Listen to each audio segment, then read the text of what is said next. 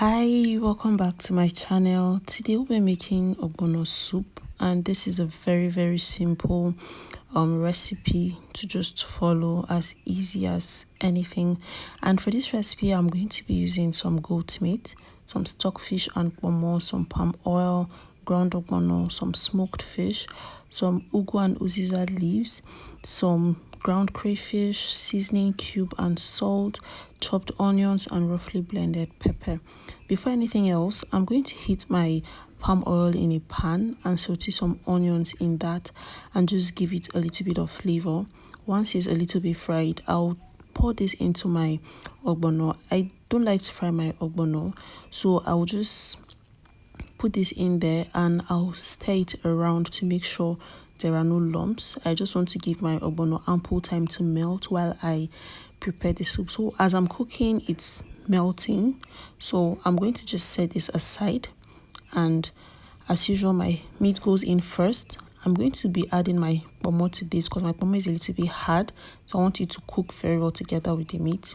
My chopped onions goes in, and I'm going to add some pepper. As usual, you know I like to boil my meat with pepper. I'm going to add my seasoning cube in there, and I'm going to go in with some salt, and I'm going to add just enough water to cook my meat and kpomo. But that's not all the water I'll be using for my soup. I'm going to add more as we progress. I'll just cover this up and let it cook. And now my meat is all cooked up with my kpomo. I'm going to add my stockfish. My stockfish has been thoroughly washed with hot water, so it's like really soft already. I'm going to add more water that I'll need for my soup. This is the quantity of soup I want, so I'm going to add some seasoning cubes and salt and the rest of my pepper blend, you know, because I already added more water, so I will need all this. I'm going to go in with my smoked fish and half the crayfish I'll be using for this dish. So I added everything now because I want it to boil and cook up at the same time with my stockfish.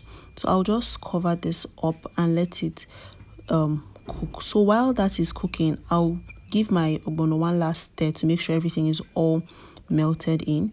So my meat has been cooking for a while, and my other ingredients, I'll pour in my ogbono at this point.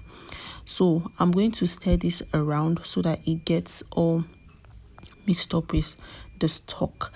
Now when I add my ogbono in, I don't cover my pot because it could bubble over and I don't want to make a mess.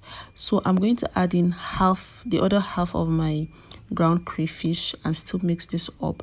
I'm cooking this on medium heat because ogbono gets easily burnt, so my meat is on medium and I'll boil this until it cooks. My ogbono is properly cooked right now, so I'm going to add my vegetables to this and still stir it around. You can use bitter leaf if you want. You can use, I think you can use bitter leaf, but I prefer ugu and uziza because there's this flavor it gives it.